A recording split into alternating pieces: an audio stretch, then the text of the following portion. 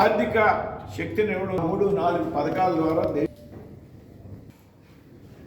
ఇవాళ ఏదైతే make in India ద్వారా, స్టార్టప్ ఇండియా ద్వారా ఏదైతే రక్షణ రంగానికి సంబంధించి పరికరాలు ఏదైతే ఉన్నాయో ఈ పరికరాలన్నీ కూడా భారతదేశం విదేశాల నుండి దిగుమతి చేసుకునేటువంటి పరిస్థితి. ఈరోజు భారతదేశంలో ఒక విప్లవాత్మకమైనటువంటి మార్పు, రక్షణ రంగానికి సంబంధించినటువంటి అనేక పరికరాలని, ఎక్విప్మెంట్ ఏదైతుందో వాటిని ఈ మేక కంపెనీలు తయారు చేయడమే కాకుండా సంబంధించినటువంటి ఉత్పత్తులని, టెక్నాలజీని విదేశాలకి సరఫరా చేస్తుంది అనేటువంటి విషయం వేళ మనందరూ కూడా జరుగుతున్నాయి. ఉన్నటువంటి మేధో సంపత్తిని పెద్ద ఎత్తున వెలిగించాలి, ఆర్థిక భరోసా ఇవ్వడం ద్వారా అనేటువంటి విషయాన్ని సందర్భంగా మీ అందరికీ కూడా తెలియజేస్తుంది. ఎంఎస్ఎంఈ రంగానికి దాదాపు